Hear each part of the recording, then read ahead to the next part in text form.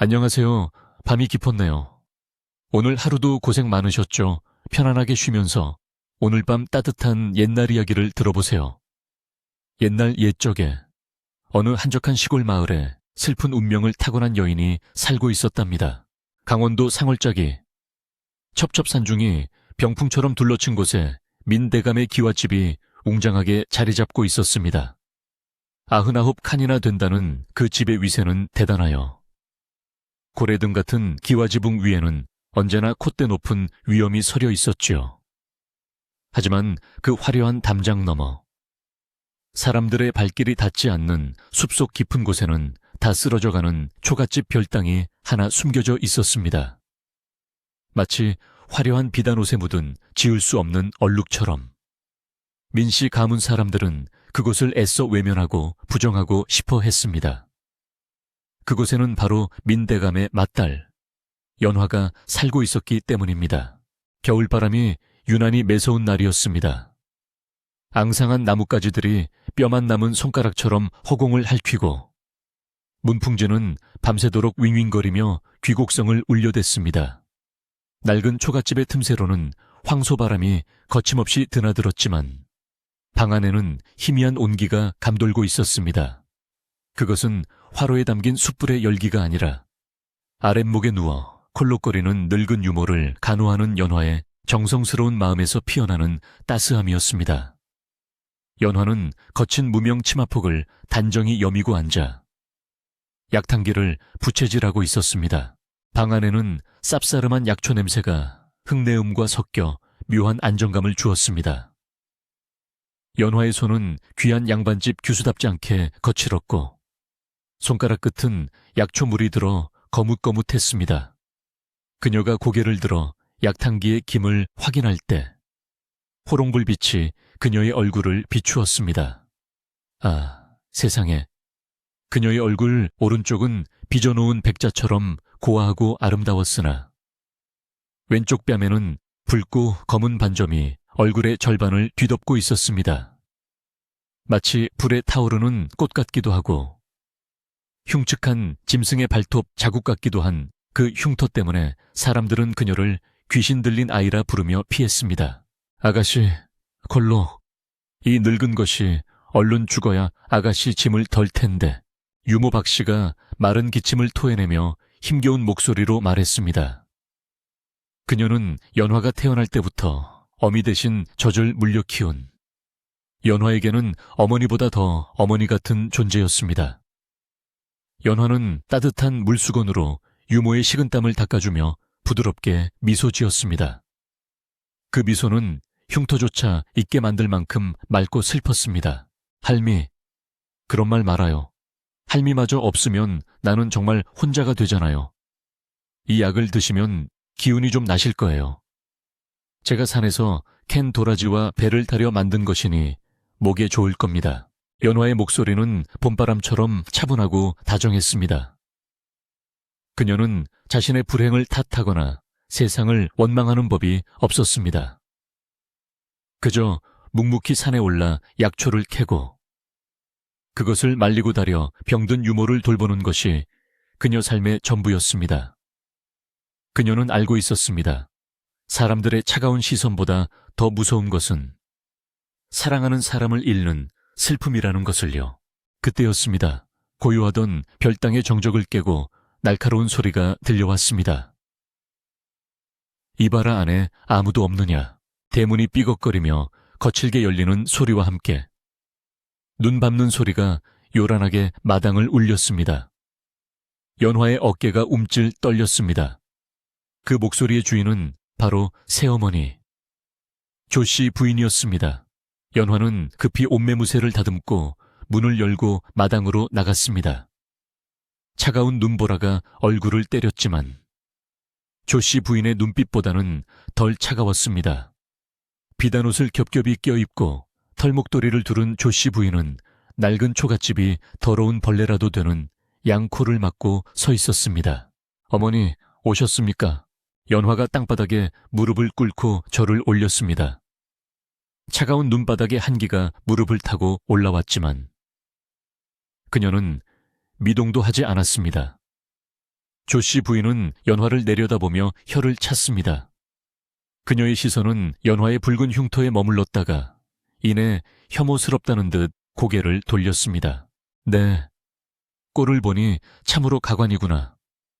양반집 딸이 양냄새에 쩔어서 종년처럼 살고 있으니 쯧쯧. 내 아비 얼굴에 먹칠을 해도 유분수지. 송구합니다, 어머니.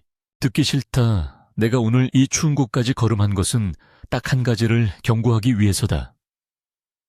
곧 있으면 대감마님의 환갑잔치가 열린다.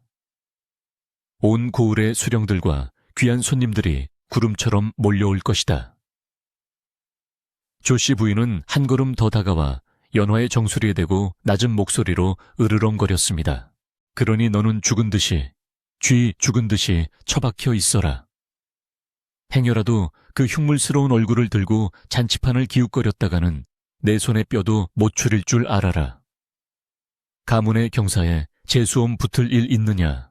네가 내 눈에 띄는 날에는 저 병든 늙은이와 함께 당장 내다 버릴 것이다. 말을 마친 조씨 부인은 시종들이 들고 있는 감에 획하니 올라탔습니다. 시종들은 연화를 힐끔거리며 비웃음을 흘리고는 서둘러 자리를 떴습니다. 다시 고요가 찾아왔지만 그 고요는 이전보다 훨씬 더 무겁고 시리게 느껴졌습니다.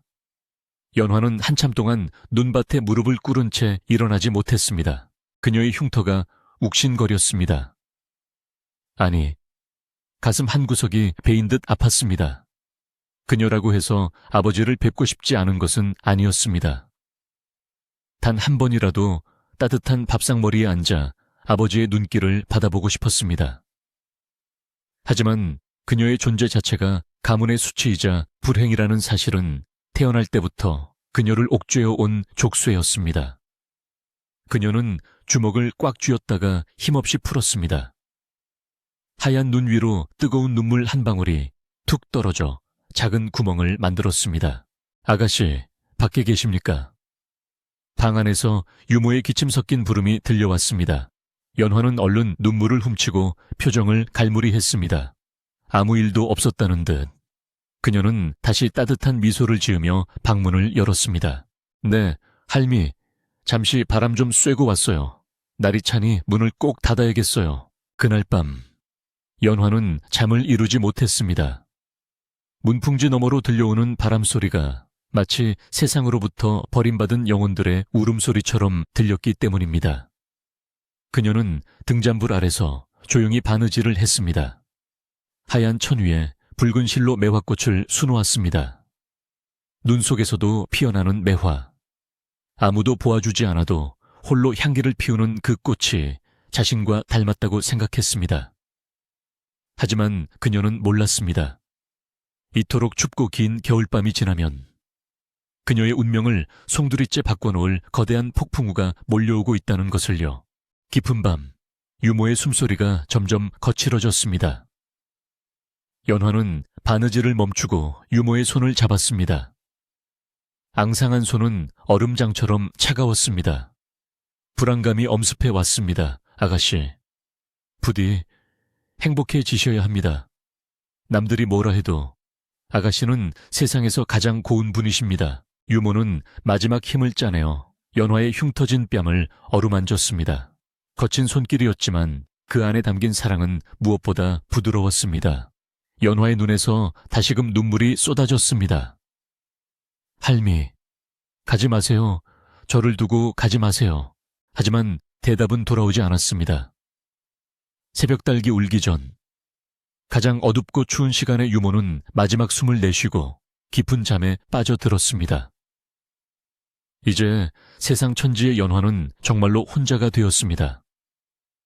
방 안의 온기는 빠르게 식어갔고 밖에서는 거센 눈보라가 몰아치기 시작했습니다. 그것은 마치 연화의 앞날을 예고하는 듯한 길고도 혹독한 겨울의 시작이었습니다. 유모가 떠난 밤은 길고도 혹독했습니다. 연화는 차갑게 식어버린 유모의 손을 한참이나 잡고 있었습니다. 눈물조차 말라버린 것 같았습니다. 날이 밝자마자 연화는 마을 사람들의 눈을 피해 산 비탈 양지 바른 곳에 유모를 묻었습니다. 꽁꽁 언 땅을 파는 일은 쉽지 않았습니다. 호미 끝이 돌에 부딪혀 깨지고 손바닥이 터져 피가 맺혔지만 연화는 고통을 느끼지 못했습니다. 흙을 덮고 마지막으로 평평한 돌 하나를 올려 비석 대신 삼은 뒤에야 참았던 울음이 터져 나왔습니다. 세상에 홀로 남겨졌다는 공포와 사무치는 그리움이 눈보라처럼 그녀를 덮쳤습니다. 장례를 치르고 돌아온 별당은 무덤보다 더 고요하고 차가웠습니다. 텅 빈 방, 유모가 누워있던 자리에 남은 희미한 흔적만이 그녀의 부재를 실감하게 했습니다. 연화는 그 정막을 견딜 수가 없었습니다. 숨이 막혀올 것만 같았습니다. 그녀는 무작정 밖으로 뛰쳐나왔습니다.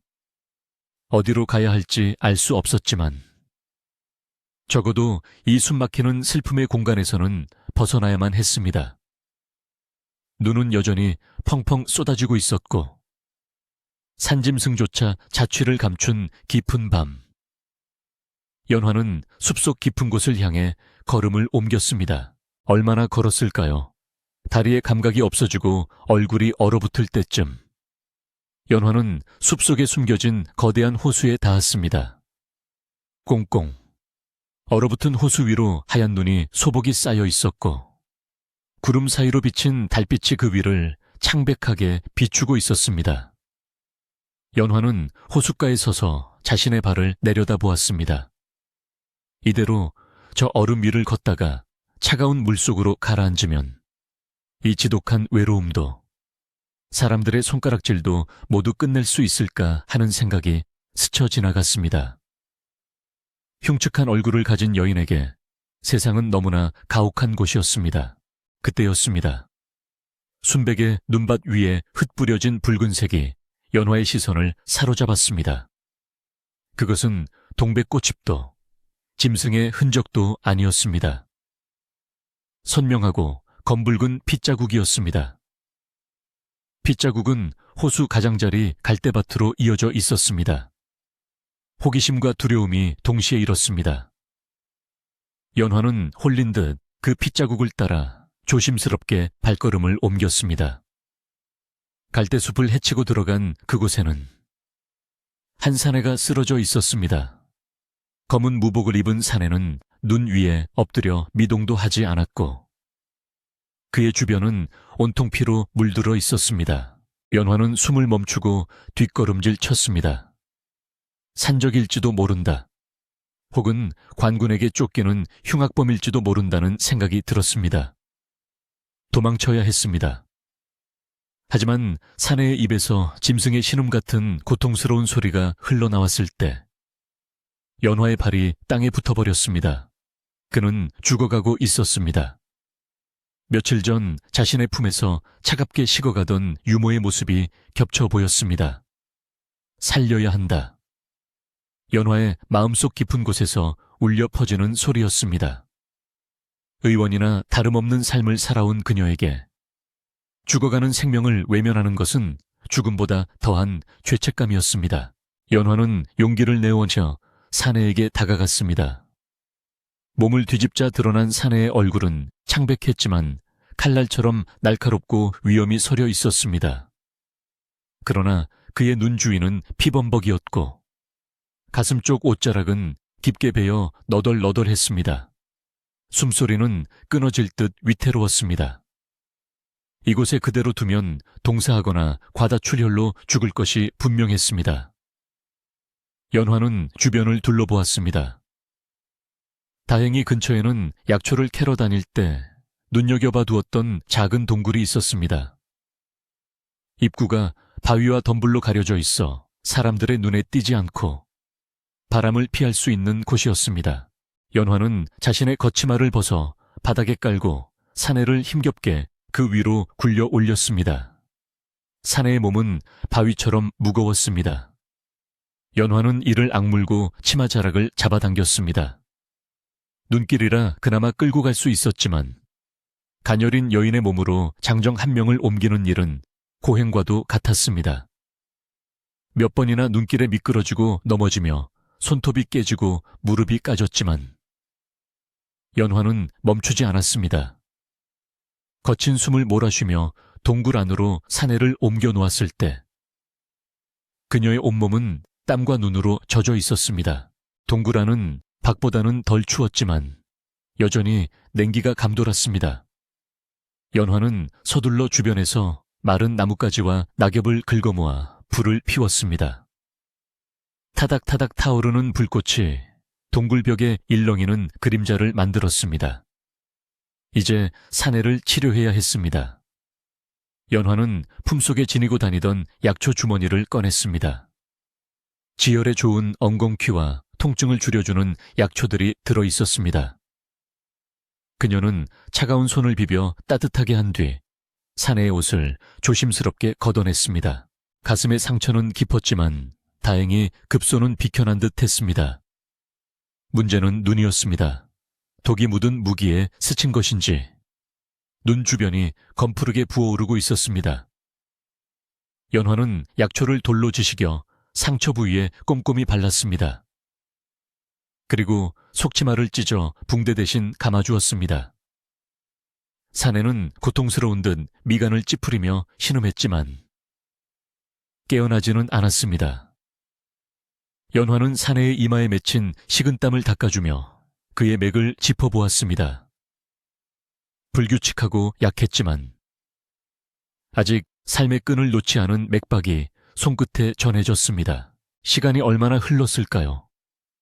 동굴 밖에 눈보라 소리가 조금 잦아들 무렵 사내가 크게 몸을 뒤척이며 기침을 토해냈습니다. 연화는 깜짝 놀라 그의 곁으로 다가갔습니다. 사내의 손이 허공을 휘저으며 무언가를 찾는 듯 했습니다. 아마도 자신의 검을 찾는 것 같았습니다. 누구냐? 여기는 어디냐? 사내의 목소리는 갈라지고 낮게 깔려 있었지만 낯선 일을 경계하는 살기가 서려 있었습니다. 그는 몸을 일으키려 했지만 극심한 통증 때문에 다시 바닥으로 쓰러졌습니다. 움직이지 마십시오. 상처가 깊습니다. 연화는 최대한 침착하고 부드러운 목소리로 말했습니다. 사내는 소리가 들리는 쪽으로 고개를 돌렸습니다. 하지만 그의 눈동자는 초점을 잃고 허공을 헤매고 있었습니다. 내 눈이 보이지 않는다, 사내. 조선의 황제 이헌은 자신의 눈이 보이지 않는다는 사실에 절망보다는 분노를 느끼는 듯 주먹을 꽉 쥐었습니다. 반역자들의 기습을 받아 쫓기던 중 독화살에 스치고 칼에 베어 정신을 잃었던 기억이 희미하게 떠올랐습니다. 지금 당장이라도 일어나 적들을 베어야 하는데 몸이 말을 듣지 않는 상황이 그를 초조하게 만들었습니다. 독기운 때문에 일시적으로 시력을 잃으신 것입니다. 해독초를 썼으니 시간이 지나면 돌아오실 겁니다. 안심하십시오. 연화의 목소리는 기이할 정도로 차분하여 이헌의 날 선 신경을 조금씩 누그러뜨렸습니다. 그는 보이지 않는 눈으로 상대방을 가늠하려 애썼습니다. 살기나 저기는 느껴지지 않았습니다. 대신 은은한 흙내음과 쌉싸름한 약초 향기, 그리고 곁에 다가온 인기척에서 느껴지는 따스한 온기만이 감지되었습니다. 궁궐의 여인들에게서 나는 짙은 분 냄새와는 전혀 다른 숲의 향기였습니다. 그대가 나를 구한 것인가? 이헌이 물었습니다. 연화는 잠시 망설이다가 조용히 고개를 끄덕였습니다. 하지만 그가 볼 수 없다는 것을 깨닫고 작게 대답했습니다. 우연히 호숫가에 쓰러져 계신 것을 보았습니다. 그냥 두고 갈 수 없어서 내 목숨을 빚졌구나. 이름이 무엇이냐? 연화는 입을 다물었습니다. 자신의 이름을 말하면 혹시라도 그가 민대감댁의 흉물스러운 딸이라는 것을 알게 될까 두려웠습니다. 비록 지금은 앞을 못 보지만 언젠가 눈을 뜨게 되면 자신의 흉터를 보고 혐오감을 느낄 것이 뻔했습니다. 그녀는 이 낯선 사내에게서만큼은 경멸 어린 시선을 받고 싶지 않았습니다. 이름을 밝힐 만한 위인이 못 됩니다. 그저 산속에 사는 약초꾼이라 여기십시오. 연화는 황급히 화제를 돌렸습니다. 물을 좀 드리겠습니다. 열이 심하십니다. 그녀는 깨끗한 눈을 녹여 만든 물을 나무짚에 담아 그의 입가에 가져다 대었습니다. 이헌은 그녀의 손길이 닿자 움찔했지만 이내 거부하지 않고 물을 마셨습니다. 물은 차갑고 시원하여 타오르는 목을 식혀주었습니다. 물을 먹여주는 그녀의 손길은 투박했지만 조심스러웠고 마치 깨지기 쉬운 귀한 물건을 다루듯 정성스러웠습니다. 황제로 살아오며 수많은 시중을 받아왔지만 이토록 진심 어린 손길은 처음 느껴보는 것이었습니다. 약초꾼이라 이헌은 입가에 묻은 물기를 닦으며 중얼거렸습니다. 그는 더 이상 캐묻지 않았습니다. 지금은 이 정체불명의 여인에게 의지할 수밖에 없는 처지였으니까요. 무엇보다 그녀의 곁에 있으면 묘하게 마음이 편안해졌습니다. 쫓기고 배신당하며 날카로워졌던 신경이 그녀의 약초 향기 속에서 서서히 이완되는 것을 느꼈습니다. 밤이 깊어지자 동굴 안의 기온도 다시 떨어지기 시작했습니다. 연화는 불을 더 지피고 자신의 겉옷을 벗어 이헌에게 덮어주었습니다. 자신은 얇은 저고리만 입은 채 추위에 떨면서도 환자가 우선이라는 생각뿐이었습니다. 그때 이헌의 손이 불쑥 튀어나와 연화의 손목을 잡았습니다. 뜨거운 열기가 전해져 왔지만 그의 손아귀 힘은 강했습니다. 그대 손이 차갑구나. 이헌은 낮은 목소리로 말했습니다. 그리고는 자신이 덮고 있던 겉옷을 잡아당겨 연화 쪽으로 밀었습니다. 나누어 덮자. 생명의 은인이 얼어 죽게 내버려 둘 수는 없지 않으냐. 연화는 당황하여 손을 빼려 했지만 이헌은 놓아주지 않았습니다. 결국 연화는 조심스럽게 그의 곁에 앉아 옷자락의 끝을 덮었습니다. 두 사람의 어깨가 살짝 닿았습니다. 낯선 사내와의 접촉이 부끄러웠지만 그의 천은 얼어붙었던 연화의 몸과 마음을 녹여주는 난로와도 같았습니다. 밖에서는 여전히 눈보라가 몰아치고 있었지만 작은 동굴 안은 두 사람의 숨소리와 타닥거리는 모닥불 소리로 채워졌습니다. 그렇게 기묘한 동거가 시작되었습니다. 세상에서 가장 고귀한 신분의 사내와 세상에서 가장 비천하게 여겨지는 여인. 서로의 정체를 모른 채 그들은 눈 덮인 산속의 작은 동굴에서 서로에게 생명줄이 되어주고 있었습니다. 연화는 이헌이 잠든 틈을 타 그의 얼굴을 가만히 들여다보았습니다. 흉터 없는 매끈한 피부, 곱게 뻗은 콧날, 신이 빚은 듯한 사내였습니다. 그녀는 자신의 얼굴에 손을 가져다 대었습니다. 울퉁불퉁한 흉터가 손끝에 만져졌습니다. 이분의 눈이 낮게 되면 나를 보고 괴물이라 하며 도망치시겠지. 연화의 가슴 한구석이 아려왔습니다. 하지만 지금 이 순간만큼은 그가 자신의 흉터를 보지 못한다는 사실이 다행스럽게 느껴졌습니다. 오로지 자신의 목소리와 손길, 그리고 마음만을 보아주는 사람. 연화에게 이헌은 처음으로 생긴 사람 대 사람으로 대해주는 존재였습니다. 며칠이 지났습니다. 연화는 매일 새벽같이 일어나 별당으로 가서 몰래 쌀과 반찬을 훔쳐와 죽을 쑤어 날랐습니다. 혹시라도 새어머니에게 들킬까봐 가슴을 졸이면서도 이헌이 죽을 비우고 조금씩 기운을 차리는 모습을 보면 두려움도 사라졌습니다. 이헌 역시 연화가 오는 발자국 소리만 들려도 굳어있던 표정을 풀고 희미하게 미소를 짓곤 했습니다. 오늘은 바람 냄새가 다르구나. 눈이 그친 모양이다. 이헌이 동굴 입구에 앉아있는 연화에게 말을 건넸습니다. 예, 해가 떴습니다. 눈이 녹으면 산을 내려가시기 더 수월하실 겁니다. 연화는 약초를 빻으며 대답했습니다. 그녀의 말 속에는 그를 보내야 한다는 아쉬움이 묻어 있었습니다. 이헌도 그것을 느꼈는지 잠시 침묵하다가 입을 열었습니다. 내가 궁으로, 아니, 집으로 돌아가게 되면 그대에게 반드시 보답하겠다. 무엇이든 말만 하라. 보답을 바라고 한 일이 아닙니다. 그저 몸조리 잘 하셔서 무사히 돌아가시기만 바랄 뿐입니다. 연화에 단호하면서도 겸손한 대답에 이현은 다시 한번 감탄했습니다. 욕심 없고 맑은 영혼을 가진 여인. 그는 보이지 않는 눈으로 그녀의 얼굴을 그려보았습니다. 분명 마음만큼이나 고운 얼굴을 하고 있을 것이라 생각했습니다. 그러나 평화는 오래가지 않았습니다. 연화가 자리를 비운 사이 이현은 눈의 붕대를 조심스럽게 풀어보았습니다. 여전히 시야는 흐릿했지만 빛과 어둠의 경계가 조금씩 구별되기 시작했습니다. 희미하게나마 사물의 윤곽이 보였습니다. 회복되어 가고 있는 것입니다. 그리고 동시에 숲속 멀리서 웅성거리는 소리와 함께 낯선 발자국 소리들이 동굴 쪽으로 다가오고 있었습니다. 그것은 연화의 가벼운 발걸음 소리가 아니었습니다. 동굴 안으로 아침 햇살이 가늘게 스며들었습니다. 그것은 마치 어둠 속에 갇혀있던 두 사람의 운명에 비치는 서광과도 같았습니다. 이현은 천천히 눈을 떴습니다. 며칠간 그의 시야를 가리고 있던 짙은 안개가 걷히고 흐릿한 윤곽들이 점차 또렷한 형상을 갖추기 시작했습니다. 타오르는 모닥불, 거친 바위벽, 그리고 저만치서 등을 돌리고 앉아 약탕기를 다리고 있는 여인의 뒷모습이 눈에 들어왔습니다.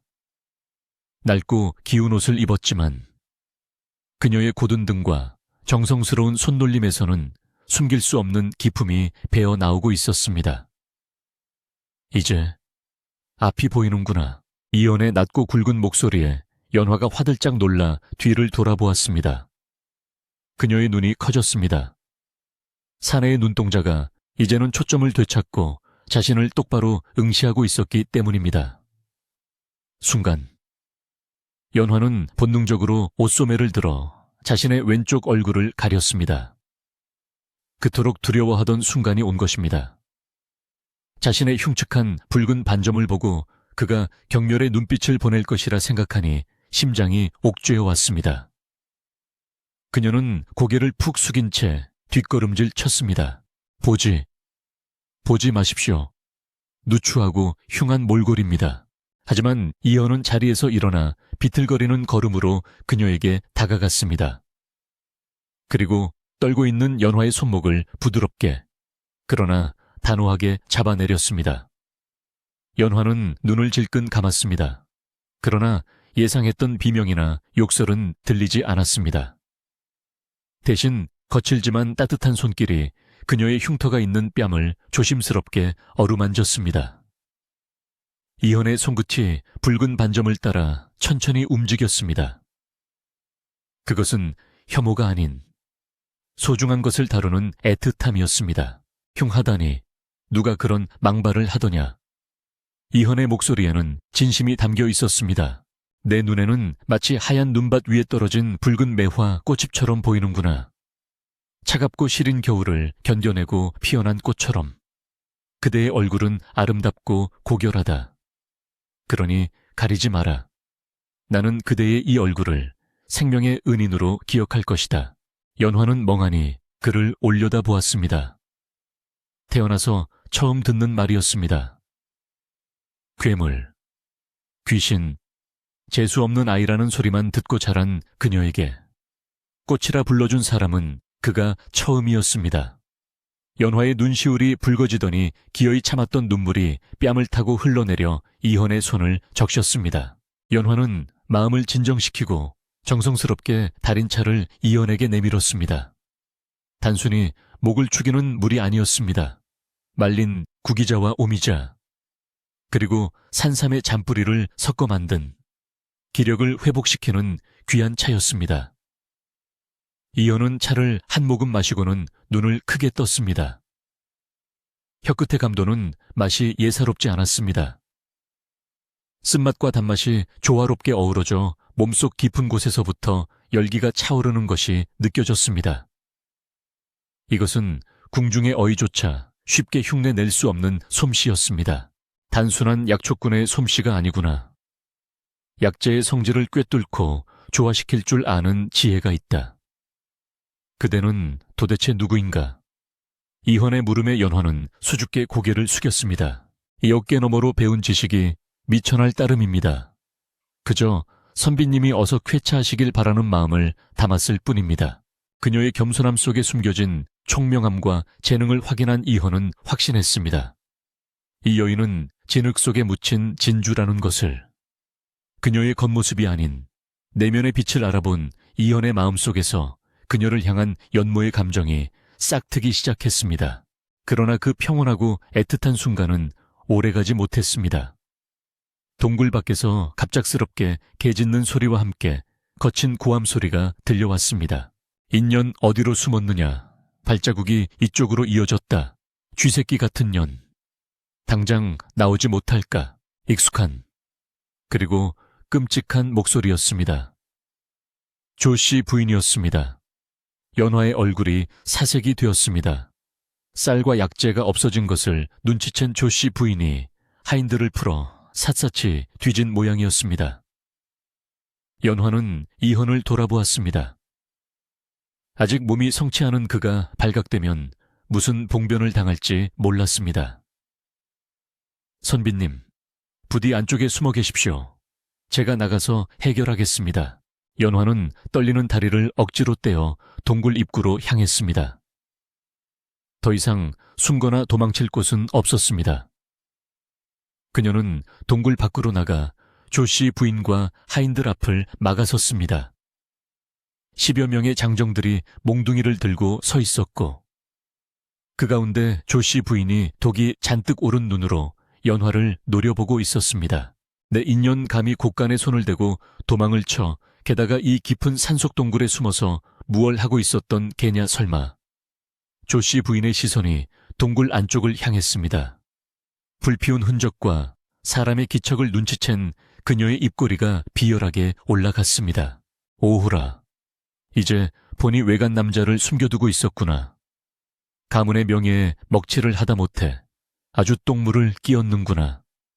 이 부정한 년을 당장 끌어내라.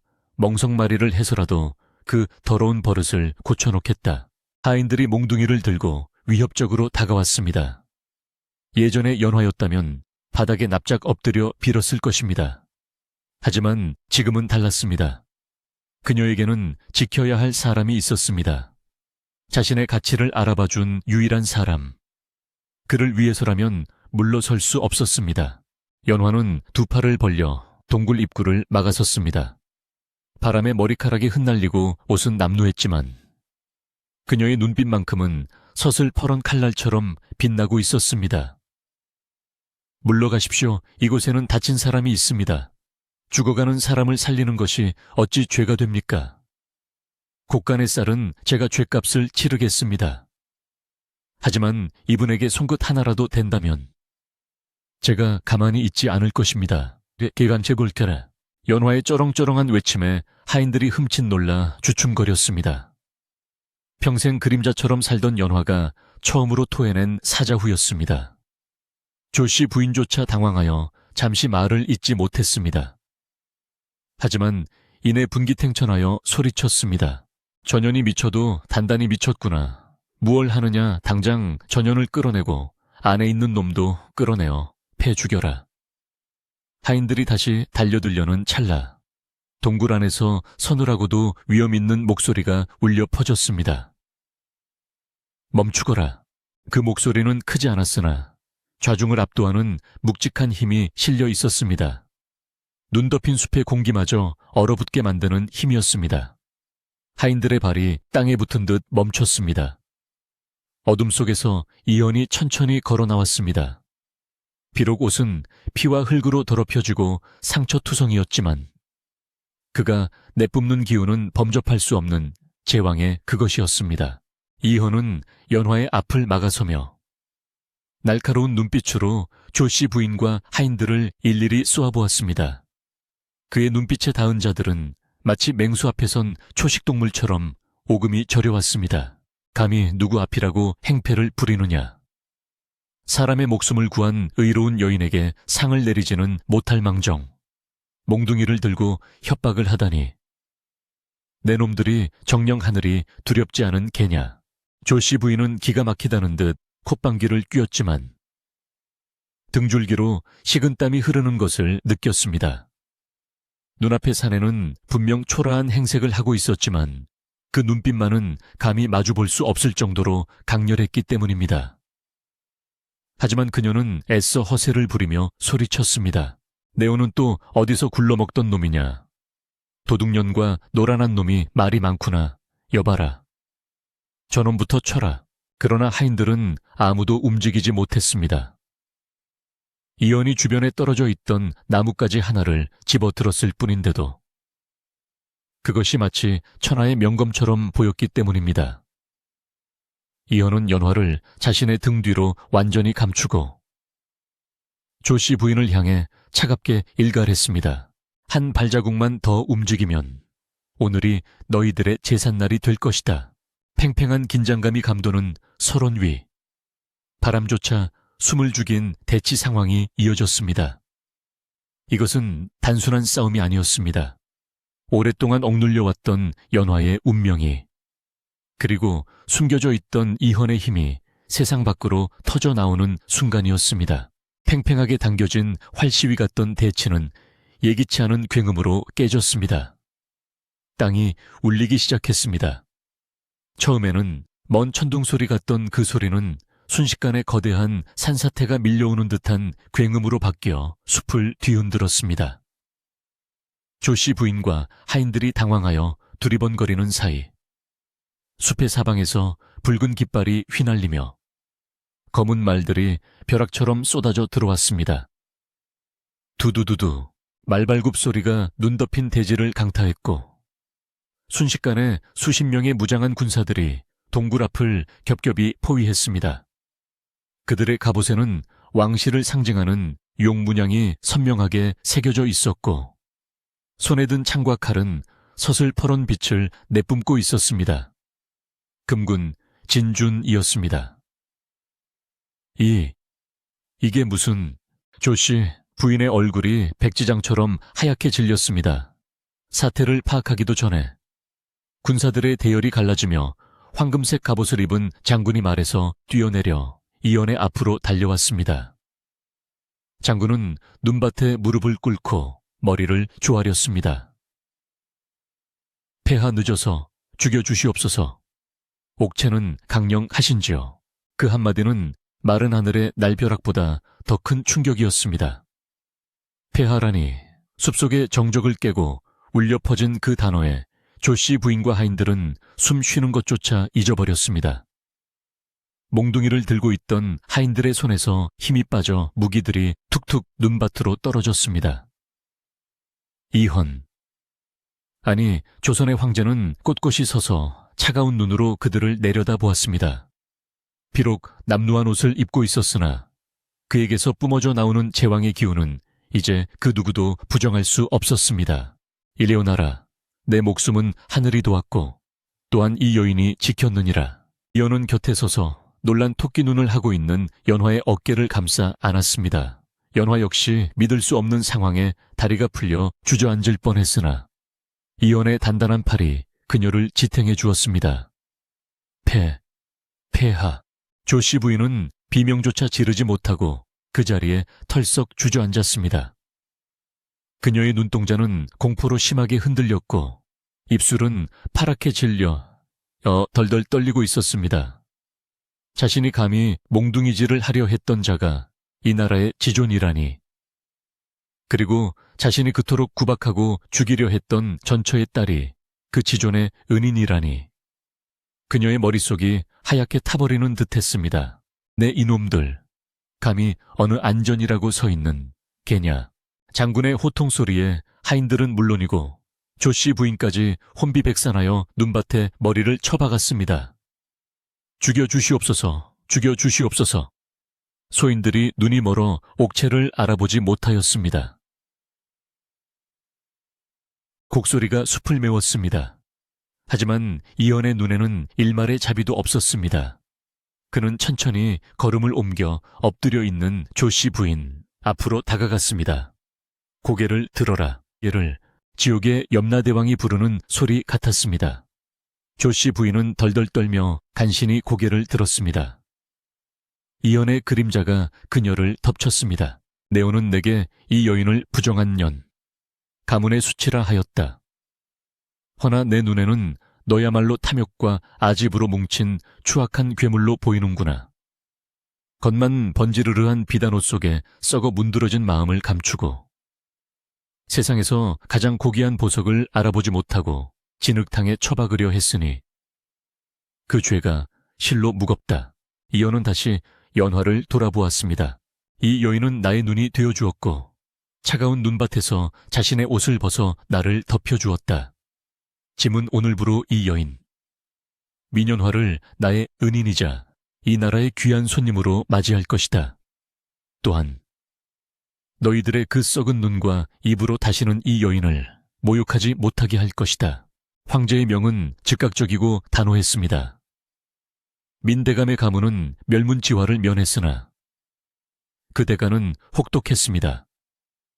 조씨 부인과 그녀를 도운 악랄한 하인들은 모든 관직과 재산을 몰수당하고 북방의 척박한 땅으로 유배를 떠나게 되었습니다. 그곳은 1년 내내 매서운 바람이 불고 따뜻한 밥 한 끼 먹기 힘든 곳이었습니다. 그들은 그곳에서 평생 추위와 배고픔, 그리고 뼈아픈 후회 속에 살아가야 했습니다. 연화가 겪었던 그 외로움과 고통을 이제는 그들이 짊어지게 된 것입니다. 이것은 단순한 복수가 아닌 뿌린 대로 거두는 하늘의 이치였습니다. 계절이 바뀌었습니다. 날카로운 바람이 물러가고 산과 들에는 아지랑이가 피어올랐습니다. 궁궐의 후원에도 따스한 봄 기운이 가득했습니다. 연못계는 버드나무가 늘어지고 만발한 벚꽃잎이 바람에 날려 눈처럼 흩날리고 있었습니다. 그 아름다운 풍경 속에 연화가 서 있었습니다. 이제 그녀는 낡은 무명옷 대신 은은한 연분 홍색 비단 저고리와 옥색 치마를 입고 있었습니다. 머리에는 화려한 가채 대신 단아한 비녀를 꽂았습니다. 궁녀들이 그녀의 뒤를 따랐지만 연화의 손은 여전히 약초물이 들어 거뭇했습니다. 그녀는 궁궐 한편에 마련된 재생원지 성유엔에서 매일같이 병든 궁녀들과 가난한 백성들을 돌보고 있었기 때문입니다. 황제 이현은 그녀에게 온갖 보석과 비단을 하사하려 했으나 연화가 원한 것은 단 하나였습니다. 폐하, 저는 보석이 필요 없습니다. 다만 저처럼 가난하고 병들었으나 돈이 없어 치료받지 못하는 여인들을 돌볼 수 있는 작은 공간과 약재를 허락해 주십시오. 그녀의 청은 받아들여졌고 연화는 약방의 아가씨라 불리며 백성들의 존경과 사랑을 받게 되었습니다. 사람들은 더 이상 그녀의 붉은 반점을 보며 수군거리지 않았습니다. 오히려 그 반점은 하늘이 내린 인장, 자비로운 보살의 표식이라 칭송받았습니다. 진정한 아름다움이 무엇인지 사람들은 연화를 통해 깨닫게 된 것입니다. 햇살이 따사로운 오후, 이헌이 정무를 마치고 후원으로 발걸음을 옮겼습니다. 연못가 정자 난간에 기대어 책을 읽고 있는 연화의 모습이 보였습니다. 바람이 불 때마다 벚꽃잎이 그녀의 어깨와 머리 위에 사뿐히 내려앉았습니다.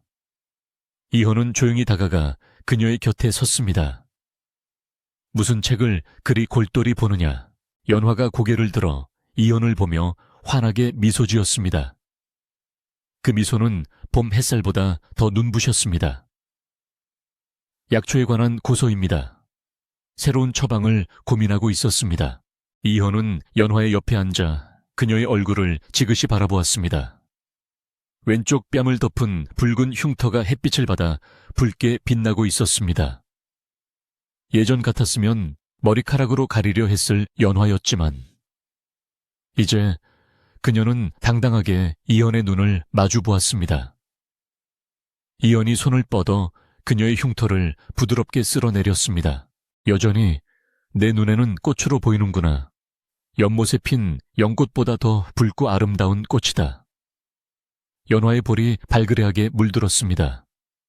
폐하께서는 참으로 이상한 눈을 가지셨습니다. 세상 사람들이 흉하다 하는 것을 어찌 이리 고왔다 하십니까? 마음의 눈으로 보기 때문이다. 그리고 네가 나의 어둠을 걷어내 주었기에 나는 세상의 껍데기가 아닌 본질을 볼 수 있게 되었다. 이 흉터는 네가 모진 세파를 견디며 피어낸 승리의 증표이자 나를 살린 생명의 흔적이 아니냐. 이혼은 연화의 손을 잡고 자신의 가슴에 가져다 대었습니다. 이 나라의 황후 자리는 비어있다. 나는 너를 내 곁에 두고 평생 이 벚꽃을 함께 보고 싶구나. 나의 아내가 되어주겠느냐. 연화의 눈에 물이 그렁그렁 맺혔습니다. 그것은 슬픔의 눈물이 아니라 벅차오르는 행복의 눈물이었습니다. 그녀는 천천히, 그러나 깊게 고개를 끄덕였습니다. 부족한 저이지만 폐하의 곁에서 폐하의 눈이 되고 지팡이가 되어 평생을 함께하겠습니다. 이현은 연화를 품에 안았습니다. 벚꽃비가 두 사람 위로 쏟아져 내렸습니다. 호수에는 두 사람의 그림자가 하나로 겹쳐져 비쳤고 그 위로 붉은 꽃잎 하나가 떨어져 파문을 일으켰습니다. 춥고 어두웠던 겨울은 완전히 지나갔습니다.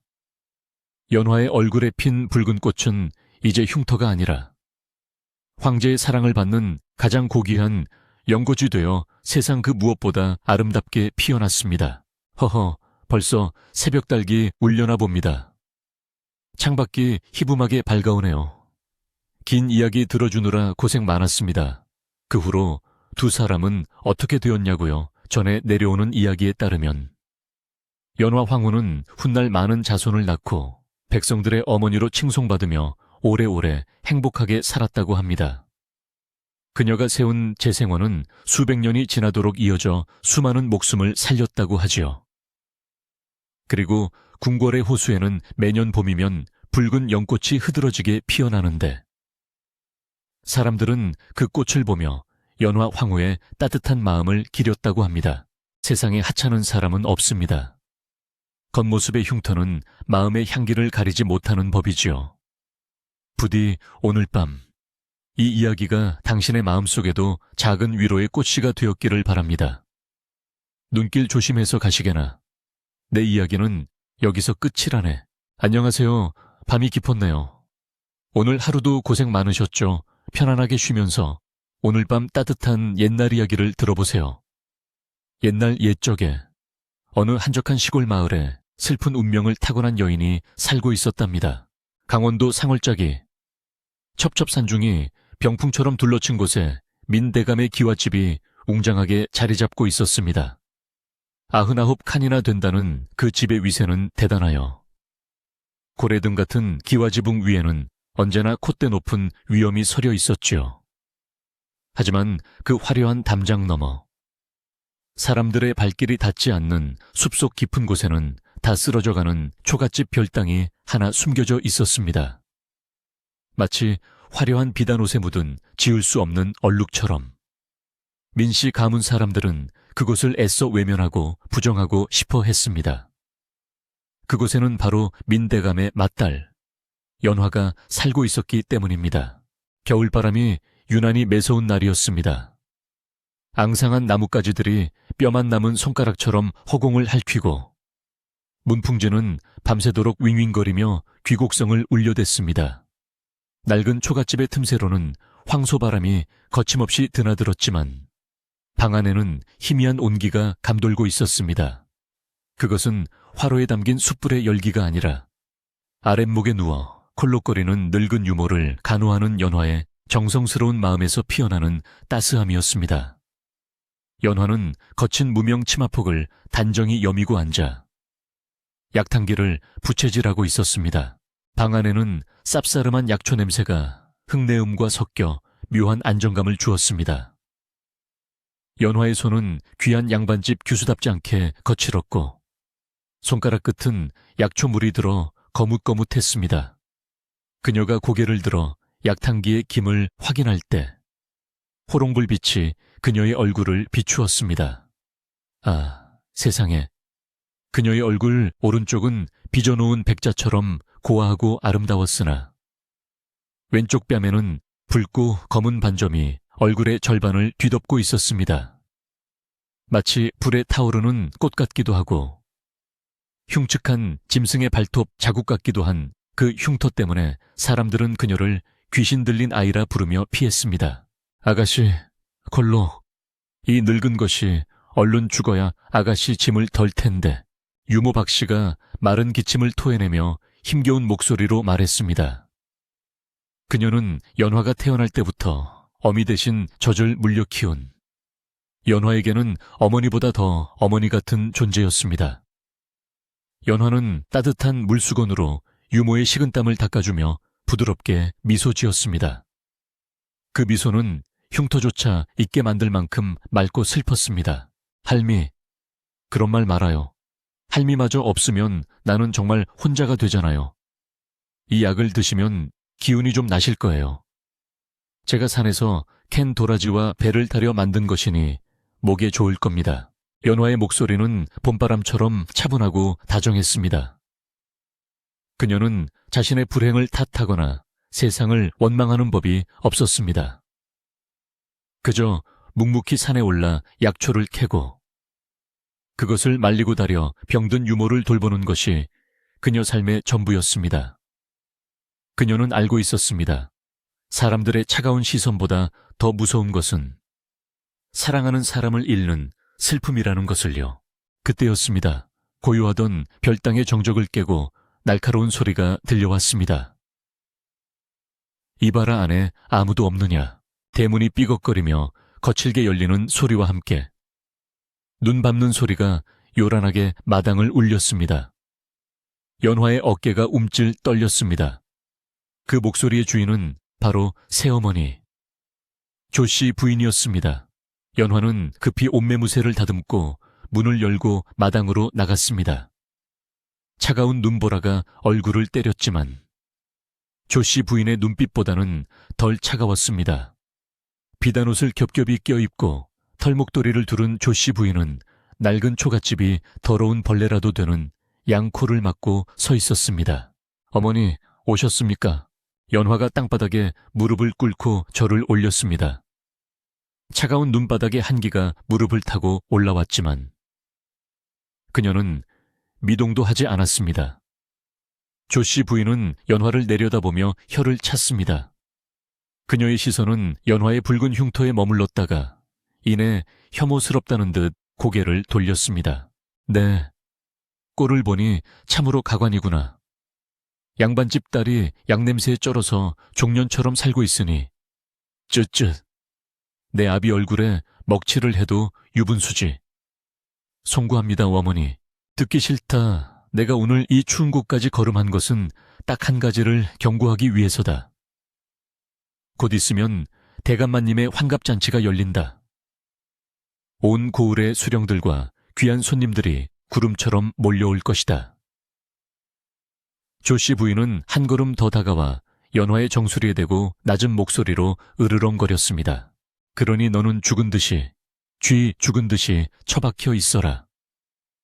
행여라도 그 흉물스러운 얼굴을 들고 잔치판을 기웃거렸다가는 내 손의 뼈도 못 추릴 줄 알아라. 가문의 경사에 재수옴 붙을 일 있느냐. 네가 내 눈에 띄는 날에는 저 병든 늙은이와 함께 당장 내다 버릴 것이다. 말을 마친 조씨 부인은 시종들이 들고 있는 감에 획하니 올라탔습니다. 시종들은 연화를 힐끔거리며 비웃음을 흘리고는 서둘러 자리를 떴습니다. 다시 고요가 찾아왔지만 그 고요는 이전보다 훨씬 더 무겁고 시리게 느껴졌습니다. 연화는 한참 동안 눈밭에 무릎을 꿇은 채 일어나지 못했습니다. 그녀의 흉터가 욱신거렸습니다. 아니, 가슴 한구석이 베인 듯 아팠습니다.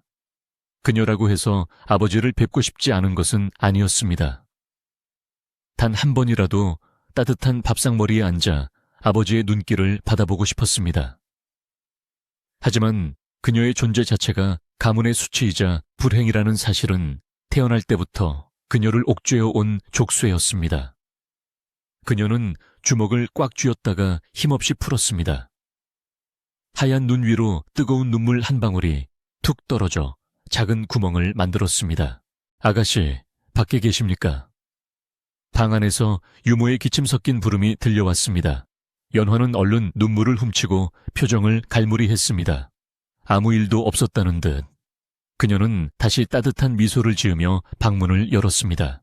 네, 할미. 잠시 바람 좀 쐬고 왔어요. 날이 차니 문을 꼭 닫아야겠어요. 그날 밤, 연화는 잠을 이루지 못했습니다. 문풍지 너머로 들려오는 바람소리가 마치 세상으로부터 버림받은 영혼들의 울음소리처럼 들렸기 때문입니다. 그녀는 등잔불 아래서 조용히 바느질을 했습니다. 하얀 천 위에 붉은 실로 매화꽃을 수놓았습니다. 눈 속에서도 피어나는 매화. 아무도 보아주지 않아도 홀로 향기를 피우는 그 꽃이 자신과 닮았다고 생각했습니다. 하지만 그녀는 몰랐습니다. 이토록 춥고 긴 겨울밤이 지나면 그녀의 운명을 송두리째 바꿔놓을 거대한 폭풍우가 몰려오고 있다는 것을요. 깊은 밤, 유모의 숨소리가 점점 거칠어졌습니다. 연화는 바느질을 멈추고 유모의 손을 잡았습니다. 앙상한 손은 얼음장처럼 차가웠습니다. 불안감이 엄습해 왔습니다. 아가씨. 부디 행복해지셔야 합니다. 남들이 뭐라 해도 아가씨는 세상에서 가장 고운 분이십니다. 유모는 마지막 힘을 짜내어 연화의 흉터진 뺨을 어루만졌습니다. 거친 손길이었지만 그 안에 담긴 사랑은 무엇보다 부드러웠습니다. 연화의 눈에서 다시금 눈물이 쏟아졌습니다. 할미, 가지 마세요. 저를 두고 가지 마세요. 하지만 대답은 돌아오지 않았습니다. 새벽달기 울기 전 가장 어둡고 추운 시간에 유모는 마지막 숨을 내쉬고 깊은 잠에 빠져들었습니다. 이제 세상 천지의 연화는 정말로 혼자가 되었습니다. 방 안의 온기는 빠르게 식어갔고 밖에서는 거센 눈보라가 몰아치기 시작했습니다. 그것은 마치 연화의 앞날을 예고하는 듯한 길고도 혹독한 겨울의 시작이었습니다. 유모가 떠난 밤은 길고도 혹독했습니다. 연화는 차갑게 식어버린 유모의 손을 한참이나 잡고 있었습니다.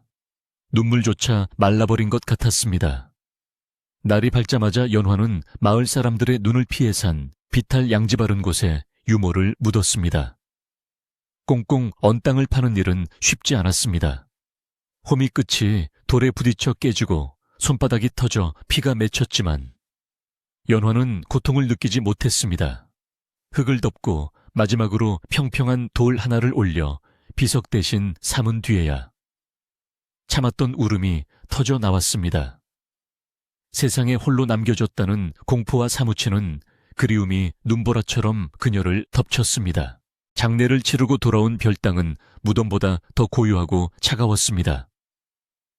텅 빈 방, 유모가 누워있던 자리에 남은 희미한 흔적만이 그녀의 부재를 실감하게 했습니다. 연화는 그 적막을 견딜 수가 없었습니다. 숨이 막혀올 것만 같았습니다. 그녀는 무작정 밖으로 뛰쳐나왔습니다. 어디로 가야 할지 알 수 없었지만 적어도 이 숨막히는 슬픔의 공간에서는 벗어나야만 했습니다. 눈은 여전히 펑펑 쏟아지고 있었고 산짐승조차 자취를 감춘 깊은 밤. 연화는 숲속 깊은 곳을 향해 걸음을 옮겼습니다. 얼마나 걸었을까요? 다리에 감각이 없어지고 얼굴이 얼어붙을 때쯤 연화는 숲속에 숨겨진 거대한 호수에 닿았습니다. 꽁꽁 얼어붙은 호수 위로 하얀 눈이 소복이 쌓여 있었고 구름 사이로 비친 달빛이 그 위를 창백하게 비추고 있었습니다. 연화는 호숫가에 서서 자신의 발을 내려다보았습니다. 이대로 저 얼음 위를 걷다가 차가운 물속으로 가라앉으면 이 지독한 외로움도 사람들의 손가락질도 모두 끝낼 수 있을까 하는 생각이 스쳐 지나갔습니다. 흉측한 얼굴을 가진 여인에게 세상은 너무나 가혹한 곳이었습니다. 그때였습니다. 순백의 눈밭 위에 흩뿌려진 붉은색이 연화의 시선을 사로잡았습니다. 그것은 동백꽃잎도 짐승의 흔적도 아니었습니다. 선명하고 검붉은 핏자국이었습니다. 빗자국은 호수 가장자리 갈대밭으로 이어져 있었습니다. 호기심과 두려움이 동시에 일었습니다. 연화는 홀린 듯 그 핏자국을 따라 조심스럽게 발걸음을 옮겼습니다. 갈대숲을 헤치고 들어간 그곳에는 한 사내가 쓰러져 있었습니다. 검은 무복을 입은 사내는 눈 위에 엎드려 미동도 하지 않았고 그의 주변은 온통 피로 물들어 있었습니다. 연화는 숨을 멈추고 뒷걸음질 쳤습니다. 산적일지도 모른다. 혹은 관군에게 쫓기는 흉악범일지도 모른다는 생각이 들었습니다. 도망쳐야 했습니다. 하지만 사내의 입에서 짐승의 신음 같은 고통스러운 소리가 흘러나왔을 때 연화의 발이 땅에 붙어버렸습니다. 그는 죽어가고 있었습니다. 며칠 전 자신의 품에서 차갑게 식어가던 유모의 모습이 겹쳐 보였습니다. 살려야 한다. 연화의 마음속 깊은 곳에서 울려 퍼지는 소리였습니다. 의원이나 다름없는 삶을 살아온 그녀에게 죽어가는 생명을 외면하는 것은 죽음보다 더한 죄책감이었습니다. 연화는 용기를 내어얹어 사내에게 다가갔습니다. 몸을 뒤집자 드러난 사내의 얼굴은 창백했지만 칼날처럼 날카롭고 위험이 서려 있었습니다. 그러나 그의 눈 주위는 피범벅이었고 가슴 쪽 옷자락은 깊게 베어 너덜너덜했습니다. 숨소리는 끊어질 듯 위태로웠습니다. 이곳에 그대로 두면 동사하거나 과다출혈로 죽을 것이 분명했습니다. 연화는 주변을 둘러보았습니다. 다행히 근처에는 약초를 캐러 다닐 때 눈여겨봐 두었던 작은 동굴이 있었습니다. 입구가 바위와 덤불로 가려져 있어 사람들의 눈에 띄지 않고 바람을 피할 수 있는 곳이었습니다. 연화는 자신의 걷치마를 벗어 바닥에 깔고 사내를 힘겹게 그 위로 굴려 올렸습니다. 사내의 몸은 바위처럼 무거웠습니다. 연화는 이를 악물고 치마자락을 잡아당겼습니다. 눈길이라 그나마 끌고 갈 수 있었지만 가녀린 여인의 몸으로 장정 한 명을 옮기는 일은 고행과도 같았습니다. 몇 번이나 눈길에 미끄러지고 넘어지며 손톱이 깨지고 무릎이 까졌지만 연화는 멈추지 않았습니다. 거친 숨을 몰아쉬며 동굴 안으로 사내를 옮겨 놓았을 때 그녀의 온몸은 땀과 눈으로 젖어 있었습니다. 동굴 안은 밖보다는 덜 추웠지만 여전히 냉기가 감돌았습니다. 연화는 서둘러 주변에서 마른 나뭇가지와 낙엽을 긁어모아 불을 피웠습니다. 타닥타닥 타오르는 불꽃이 동굴벽에 일렁이는 그림자를 만들었습니다. 이제 사내를 치료해야 했습니다. 연화는 품속에 지니고 다니던 약초 주머니를 꺼냈습니다. 지혈에 좋은 엉겅퀴와 통증을 줄여주는 약초들이 들어 있었습니다. 그녀는 차가운 손을 비벼 따뜻하게 한 뒤 사내의 옷을 조심스럽게 걷어냈습니다. 가슴의 상처는 깊었지만 다행히 급소는 비켜난 듯 했습니다. 문제는 눈이었습니다. 독이 묻은 무기에 스친 것인지 눈 주변이 검푸르게 부어오르고 있었습니다. 연화는 약초를 돌로 지식여 상처 부위에 꼼꼼히 발랐습니다. 그리고 속치마를 찢어 붕대 대신 감아주었습니다.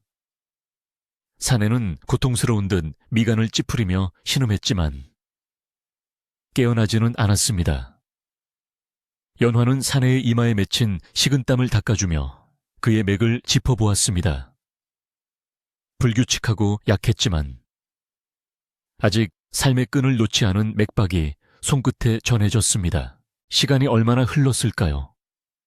동굴 밖에 눈보라 소리가 조금 잦아들 무렵 사내가 크게 몸을 뒤척이며 기침을 토해냈습니다.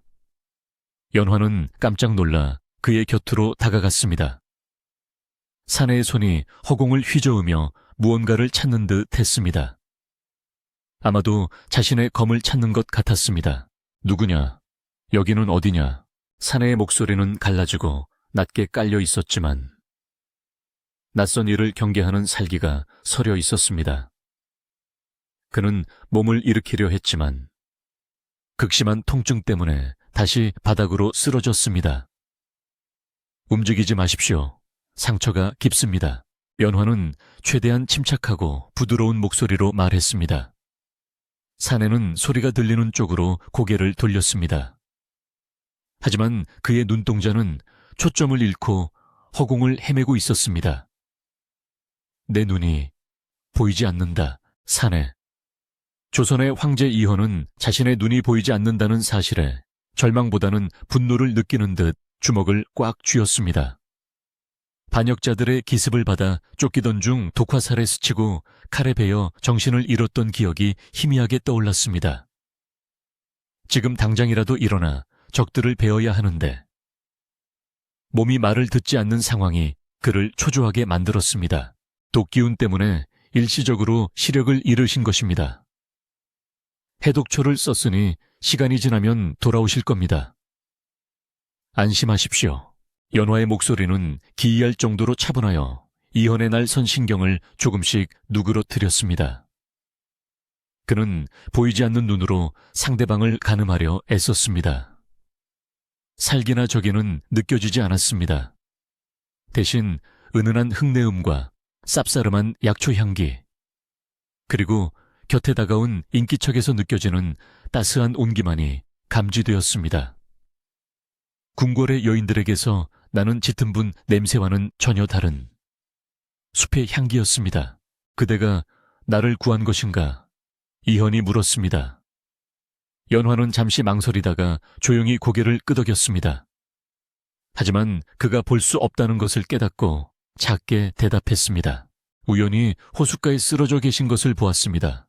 그냥 두고 갈 수 없어서 내 목숨을 빚졌구나. 이름이 무엇이냐? 연화는 입을 다물었습니다. 자신의 이름을 말하면 혹시라도 그가 민대감댁의 흉물스러운 딸이라는 것을 알게 될까 두려웠습니다.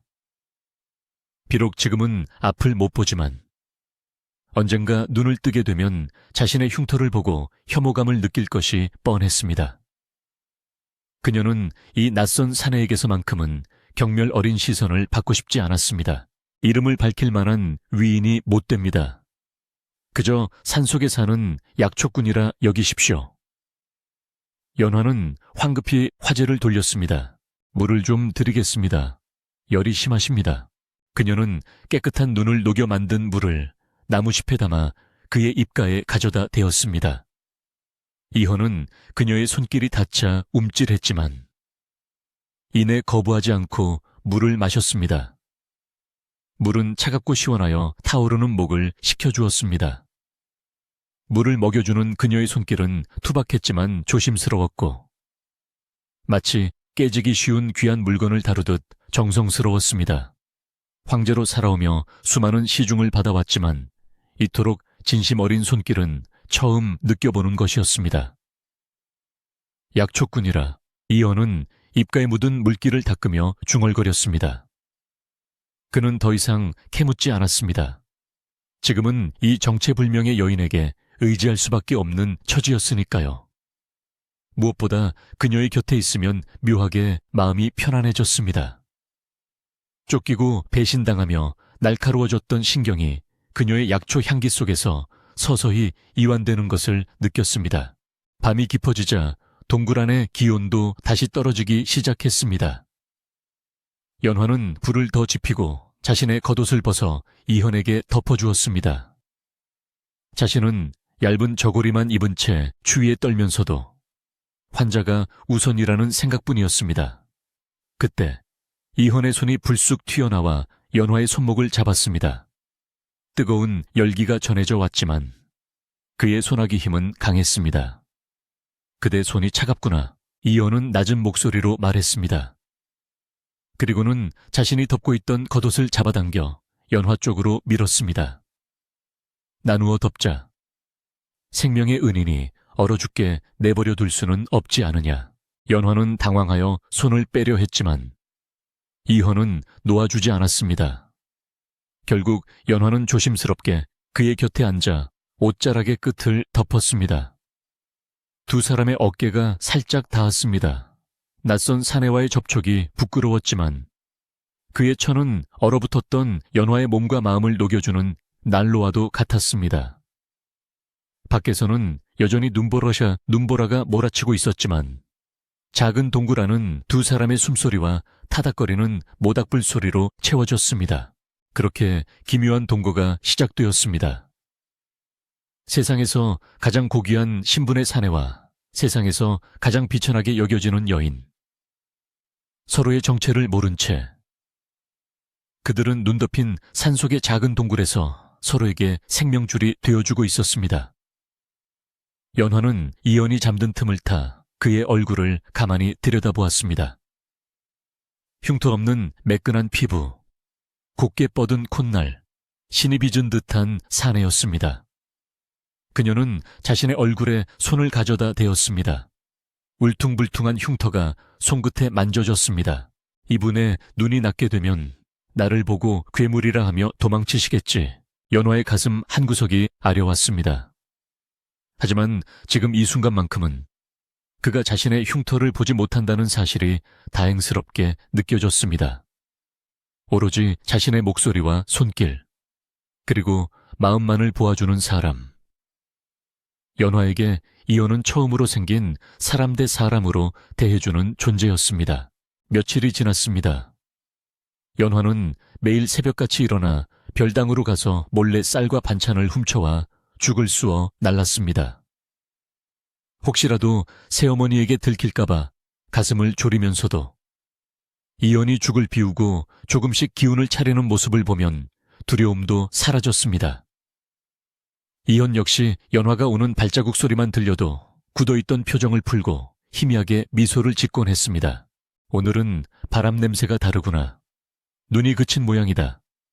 이현이 동굴 입구에 앉아있는 연화에게 말을 건넸습니다. 예, 해가 떴습니다. 눈이 녹으면 산을 내려가시기 더 수월하실 겁니다. 연화는 약초를 빻으며 대답했습니다. 그녀의 말 속에는 그를 보내야 한다는 아쉬움이 묻어 있었습니다. 이현도 그것을 느꼈는지 잠시 침묵하다가 입을 열었습니다. 내가 궁으로, 아니, 집으로 돌아가게 되면 그대에게 반드시 보답하겠다. 무엇이든 말만 하라. 보답을 바라고 한 일이 아닙니다. 그저 몸조리 잘 하셔서 무사히 돌아가시기만 바랄 뿐입니다. 연화의 단호하면서도 겸손한 대답에 이현은 다시 한번 감탄했습니다. 욕심 없고 맑은 영혼을 가진 여인. 그는 보이지 않는 눈으로 그녀의 얼굴을 그려보았습니다. 분명 마음만큼이나 고운 얼굴을 하고 있을 것이라 생각했습니다. 그러나 평화는 오래가지 않았습니다. 연화가 자리를 비운 사이 이연은 눈의 붕대를 조심스럽게 풀어보았습니다. 여전히 시야는 흐릿했지만 빛과 어둠의 경계가 조금씩 구별되기 시작했습니다. 희미하게나마 사물의 윤곽이 보였습니다. 회복되어 가고 있는 것입니다. 그리고 동시에 숲속 멀리서 웅성거리는 소리와 함께 낯선 발자국 소리들이 동굴 쪽으로 다가오고 있었습니다. 그것은 연화의 가벼운 발걸음 소리가 아니었습니다. 동굴 안으로 아침 햇살이 가늘게 스며들었습니다. 그것은 마치 어둠 속에 갇혀있던 두 사람의 운명에 비치는 서광과도 같았습니다. 이연은 천천히 눈을 떴습니다. 며칠간 그의 시야를 가리고 있던 짙은 안개가 걷히고 흐릿한 윤곽들이 점차 또렷한 형상을 갖추기 시작했습니다. 타오르는 모닥불, 거친 바위벽, 그리고 저만치서 등을 돌리고 앉아 약탕기를 다리고 있는 여인의 뒷모습이 눈에 들어왔습니다. 낡고 기운 옷을 입었지만 그녀의 고든 등과 정성스러운 손놀림에서는 숨길 수 없는 기품이 배어 나오고 있었습니다. 이제 앞이 보이는구나.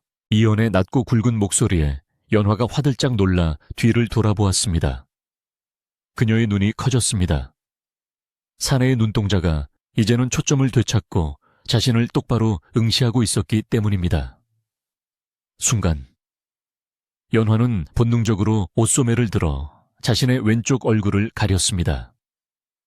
그토록 두려워하던 순간이 온 것입니다. 자신의 흉측한 붉은 반점을 보고 그가 경멸의 눈빛을 보낼 것이라 생각하니 심장이 옥죄어 왔습니다. 그녀는 고개를 푹 숙인 채 뒷걸음질 쳤습니다. 보지 마십시오. 누추하고 흉한 몰골입니다. 하지만 이현은 자리에서 일어나 비틀거리는 걸음으로 그녀에게 다가갔습니다. 그리고 떨고 있는 연화의 손목을 부드럽게, 그러나 단호하게 잡아내렸습니다. 연화는 눈을 질끈 감았습니다. 그러나 예상했던 비명이나 욕설은 들리지 않았습니다. 대신 거칠지만 따뜻한 손길이 그녀의 흉터가 있는 뺨을 조심스럽게 어루만졌습니다. 이현의 손끝이 붉은 반점을 따라 천천히 움직였습니다. 그것은 혐오가 아닌 소중한 것을 다루는 애틋함이었습니다. 흉하다니 누가 그런 망발을 하더냐. 이현의 목소리에는 진심이 담겨 있었습니다. 내 눈에는 마치 하얀 눈밭 위에 떨어진 붉은 매화 꽃잎처럼 보이는구나. 차갑고 시린 겨울을 견뎌내고 피어난 꽃처럼. 그대의 얼굴은 아름답고 고결하다. 그러니 가리지 마라. 나는 그대의 이 얼굴을 생명의 은인으로 기억할 것이다. 연화는 멍하니 그를 올려다 보았습니다. 태어나서 처음 듣는 말이었습니다.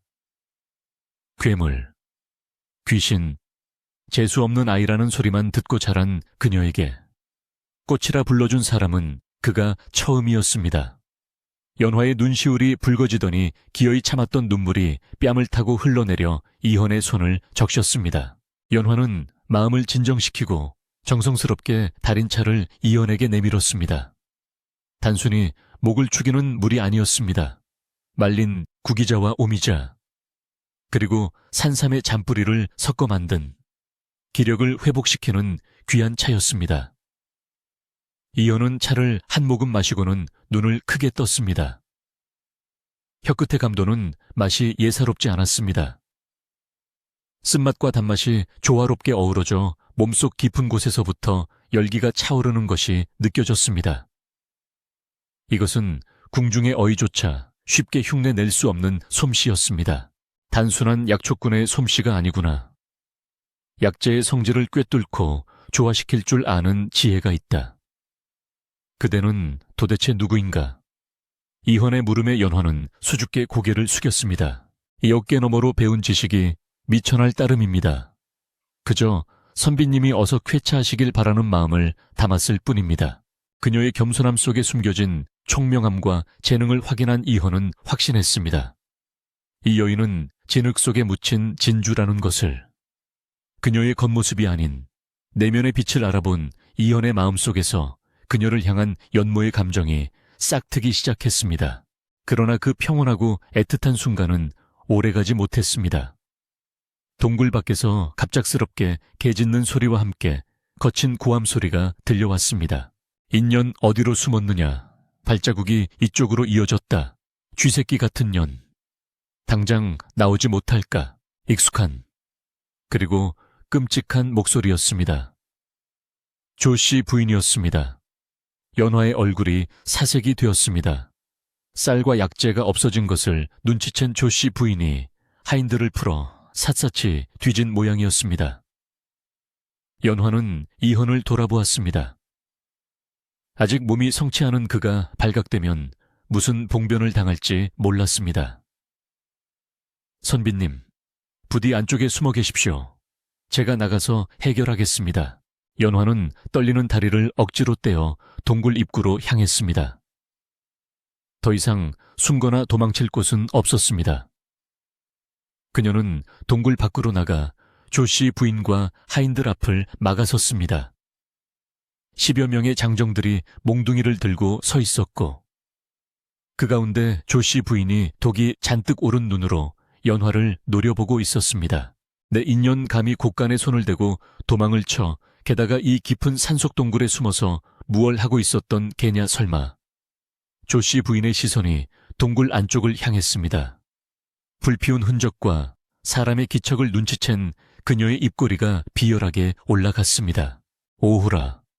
이제 본이 외간 남자를 숨겨두고 있었구나. 가문의 명예에 먹칠을 하다 못해 아주 똥물을 끼얹는구나. 이 부정한 년을 당장 끌어내라 멍석마리를 해서라도 그 더러운 버릇을 고쳐놓겠다. 하인들이 몽둥이를 들고 위협적으로 다가왔습니다. 예전의 연화였다면 바닥에 납작 엎드려 빌었을 것입니다. 하지만 지금은 달랐습니다. 그녀에게는 지켜야 할 사람이 있었습니다. 자신의 가치를 알아봐준 유일한 사람. 그를 위해서라면 물러설 수 없었습니다. 연화는 두 팔을 벌려 동굴 입구를 막아섰습니다. 바람에 머리카락이 흩날리고 옷은 남루했지만 그녀의 눈빛만큼은 서슬퍼런 칼날처럼 빛나고 있었습니다. 물러가십시오. 이곳에는 다친 사람이 있습니다. 죽어가는 사람을 살리는 것이 어찌 죄가 됩니까? 곡간의 쌀은 제가 죗값을 치르겠습니다. 하지만 이분에게 송곳 하나라도 된다면 제가 가만히 있지 않을 것입니다. 기관체 골테라. 연화의 쩌렁쩌렁한 외침에 하인들이 흠칫 놀라 주춤거렸습니다. 평생 그림자처럼 살던 연화가 처음으로 토해낸 사자후였습니다. 조씨 부인조차 당황하여 잠시 말을 잇지 못했습니다. 하지만 이내 분기탱천하여 소리쳤습니다. 전현이 미쳐도 단단히 미쳤구나. 무얼 하느냐. 당장 전현을 끌어내고 안에 있는 놈도 끌어내어 패 죽여라. 하인들이 다시 달려들려는 찰나 동굴 안에서 서늘하고도 위험 있는 목소리가 울려 퍼졌습니다. 멈추거라. 그 목소리는 크지 않았으나 좌중을 압도하는 묵직한 힘이 실려 있었습니다. 눈 덮인 숲의 공기마저 얼어붙게 만드는 힘이었습니다. 하인들의 발이 땅에 붙은 듯 멈췄습니다. 어둠 속에서 이현이 천천히 걸어 나왔습니다. 비록 옷은 피와 흙으로 더럽혀지고 상처투성이었지만 그가 내뿜는 기운은 범접할 수 없는 제왕의 그것이었습니다. 이현은 연화의 앞을 막아서며 날카로운 눈빛으로 조씨 부인과 하인들을 일일이 쏘아보았습니다. 그의 눈빛에 닿은 자들은 마치 맹수 앞에 선 초식동물처럼 오금이 저려왔습니다. 감히 누구 앞이라고 행패를 부리느냐. 사람의 목숨을 구한 의로운 여인에게 상을 내리지는 못할 망정 몽둥이를 들고 협박을 하다니. 내 놈들이 정령 하늘이 두렵지 않은 개냐. 조씨 부인은 기가 막히다는 듯 콧방귀를 뀌었지만 등줄기로 식은땀이 흐르는 것을 느꼈습니다.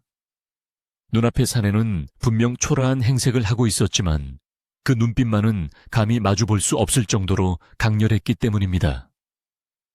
하지만 그녀는 애써 허세를 부리며 소리쳤습니다. 네오는 또 어디서 굴러먹던 놈이냐. 도둑년과 노란한 놈이 말이 많구나. 여봐라. 저놈부터 쳐라. 그러나 하인들은 아무도 움직이지 못했습니다. 이현이 주변에 떨어져 있던 나뭇가지 하나를 집어들었을 뿐인데도 그것이 마치 천하의 명검처럼 보였기 때문입니다. 이현은 연화를 자신의 등 뒤로 완전히 감추고 조씨 부인을 향해 차갑게 일갈했습니다. 한 발자국만 더 움직이면 오늘이 너희들의 제삿날이 될 것이다. 팽팽한 긴장감이 감도는 설원 위. 바람조차 숨을 죽인 대치 상황이 이어졌습니다. 이것은 단순한 싸움이 아니었습니다. 오랫동안 억눌려왔던 연화의 운명이 그리고 숨겨져 있던 이현의 힘이 세상 밖으로 터져 나오는 순간이었습니다. 팽팽하게 당겨진 활시위 같던 대치는 예기치 않은 굉음으로 깨졌습니다. 땅이 울리기 시작했습니다. 처음에는 먼 천둥소리 같던 그 소리는 순식간에 거대한 산사태가 밀려오는 듯한 굉음으로 바뀌어 숲을 뒤흔들었습니다.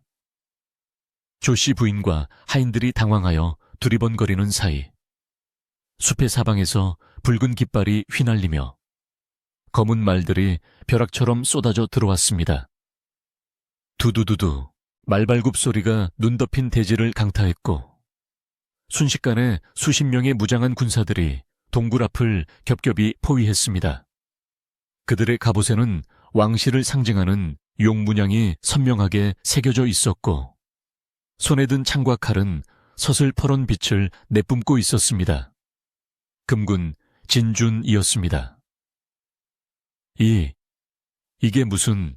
조씨, 부인의 얼굴이 백지장처럼 하얗게 질렸습니다. 사태를 파악하기도 전에 군사들의 대열이 갈라지며 황금색 갑옷을 입은 장군이 말에서 뛰어내려 이연의 앞으로 달려왔습니다.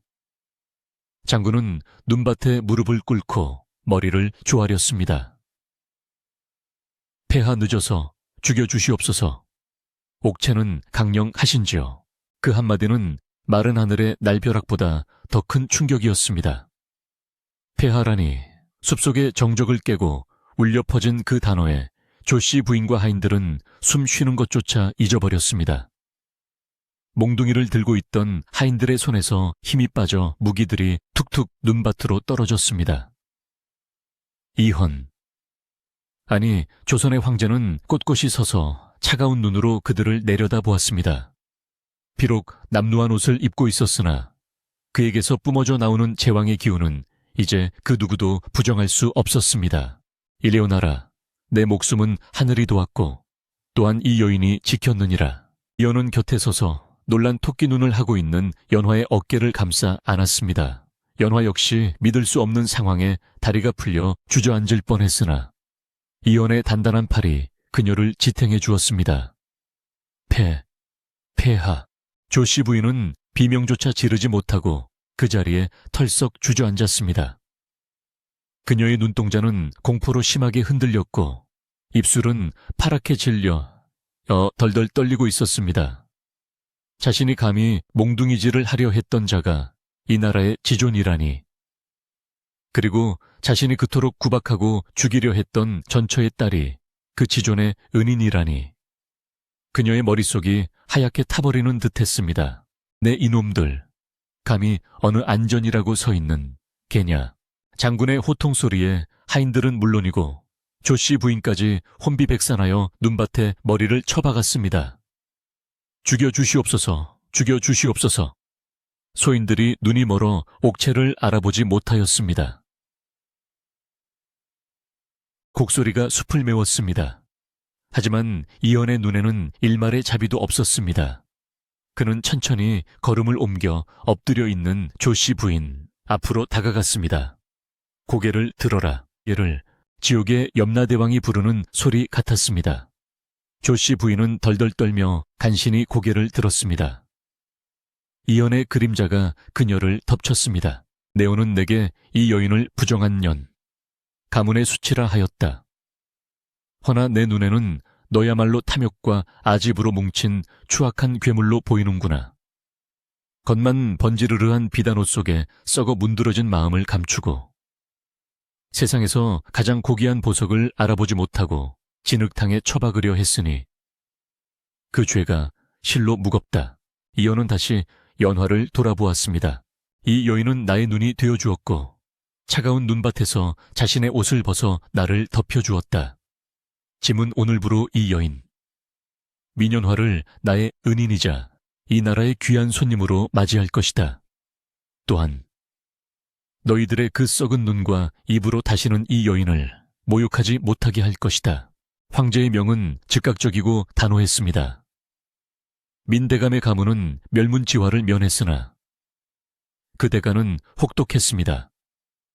조씨 부인과 그녀를 도운 악랄한 하인들은 모든 관직과 재산을 몰수당하고 북방의 척박한 땅으로 유배를 떠나게 되었습니다. 그곳은 1년 내내 매서운 바람이 불고 따뜻한 밥 한 끼 먹기 힘든 곳이었습니다. 그들은 그곳에서 평생 추위와 배고픔, 그리고 뼈아픈 후회 속에 살아가야 했습니다.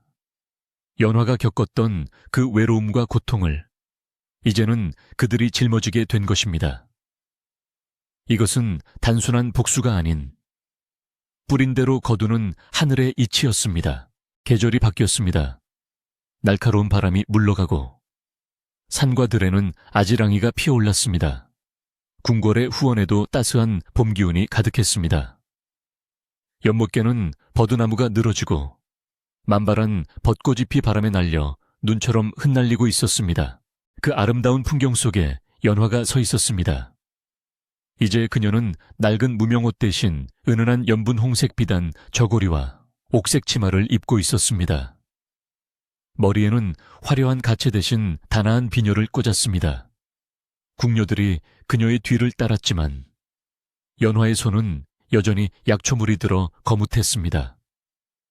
그녀는 궁궐 한편에 마련된 재생원지 성유엔에서 매일같이 병든 궁녀들과 가난한 백성들을 돌보고 있었기 때문입니다. 황제 이현은 그녀에게 온갖 보석과 비단을 하사하려 했으나 연화가 원한 것은 단 하나였습니다. 폐하, 저는 보석이 필요 없습니다. 다만 저처럼 가난하고 병들었으나 돈이 없어 치료받지 못하는 여인들을 돌볼 수 있는 작은 공간과 약재를 허락해 주십시오. 그녀의 청은 받아들여졌고 연화는 약방의 아가씨라 불리며 백성들의 존경과 사랑을 받게 되었습니다. 사람들은 더 이상 그녀의 붉은 반점을 보며 수군거리지 않았습니다. 오히려 그 반점은 하늘이 내린 인장, 자비로운 보살의 표식이라 칭송받았습니다. 진정한 아름다움이 무엇인지 사람들은 연화를 통해 깨닫게 된 것입니다. 햇살이 따사로운 오후, 이헌이 정무를 마치고 후원으로 발걸음을 옮겼습니다. 연못가 정자 난간에 기대어 책을 읽고 있는 연화의 모습이 보였습니다. 바람이 불 때마다 벚꽃잎이 그녀의 어깨와 머리 위에 사뿐히 내려앉았습니다. 이헌은 조용히 다가가 그녀의 곁에 섰습니다. 무슨 책을 그리 골똘히 보느냐? 연화가 고개를 들어 이헌을 보며 환하게 미소 지었습니다. 그 미소는 봄 햇살보다 더 눈부셨습니다. 약초에 관한 고소입니다. 새로운 처방을 고민하고 있었습니다. 이헌은 연화의 옆에 앉아 그녀의 얼굴을 지그시 바라보았습니다. 왼쪽 뺨을 덮은 붉은 흉터가 햇빛을 받아 붉게 빛나고 있었습니다. 예전 같았으면 머리카락으로 가리려 했을 연화였지만 이제 그녀는 당당하게 이헌의 눈을 마주 보았습니다. 이헌이 손을 뻗어 그녀의 흉터를 부드럽게 쓸어내렸습니다. 여전히 내 눈에는 꽃으로 보이는구나. 연못에 핀 연꽃보다 더 붉고 아름다운 꽃이다. 연화의 볼이 발그레하게 물들었습니다. 폐하께서는 참으로 이상한 눈을 가지셨습니다. 세상 사람들이 흉하다 하는 것을 어찌 이리 고왔다 하십니까? 마음의 눈으로 보기 때문이다. 그리고 네가 나의 어둠을 걷어내 주었기에 나는 세상의 껍데기가 아닌 본질을 볼 수 있게 되었다. 이 흉터는 네가 모진 세파를 견디며 피어낸 승리의 증표이자 나를 살린 생명의 흔적이 아니냐. 이헌은 연화의 손을 잡고 자신의 가슴에 가져다 대었습니다. 이 나라의 황후 자리는 비어있다. 나는 너를 내 곁에 두고 평생 이 벚꽃을 함께 보고 싶구나. 나의 아내가 되어주겠느냐. 연화의 눈에 물이 그렁그렁 맺혔습니다. 그것은 슬픔의 눈물이 아니라 벅차오르는 행복의 눈물이었습니다. 그녀는 천천히 그러나 깊게 고개를 끄덕였습니다. 부족한 저이지만 폐하의 곁에서 폐하의 눈이 되고 지팡이가 되어 평생을 함께하겠습니다. 이헌은 연화를 품에 안았습니다. 벚꽃비가 두 사람 위로 쏟아져 내렸습니다. 호수에는 두 사람의 그림자가 하나로 겹쳐져 비쳤고 그 위로 붉은 꽃잎 하나가 떨어져 파문을 일으켰습니다. 춥고 어두웠던 겨울은 완전히 지나갔습니다. 연화의 얼굴에 핀 붉은 꽃은 이제 흉터가 아니라 황제의 사랑을 받는 가장 고귀한 연꽃이 되어 세상 그 무엇보다 아름답게 피어났습니다. 허허, 벌써 새벽달기 울려나 봅니다. 창밖이 희붐하게 밝아오네요. 긴 이야기 들어주느라 고생 많았습니다. 그 후로 두 사람은 어떻게 되었냐고요? 전에 내려오는 이야기에 따르면 연화 황후는 훗날 많은 자손을 낳고 백성들의 어머니로 칭송받으며 오래오래 행복하게 살았다고 합니다. 그녀가 세운 재생원은 수백 년이 지나도록 이어져 수많은 목숨을 살렸다고 하지요. 그리고 궁궐의 호수에는 매년 봄이면 붉은 연꽃이 흐드러지게 피어나는데 사람들은 그 꽃을 보며 연화 황후의 따뜻한 마음을 기렸다고 합니다. 세상에 하찮은 사람은 없습니다. 겉모습의 흉터는 마음의 향기를 가리지 못하는 법이지요. 부디 오늘 밤 이 이야기가 당신의 마음속에도 작은 위로의 꽃씨가 되었기를 바랍니다. 눈길 조심해서 가시게나. 내 이야기는 여기서 끝이라네.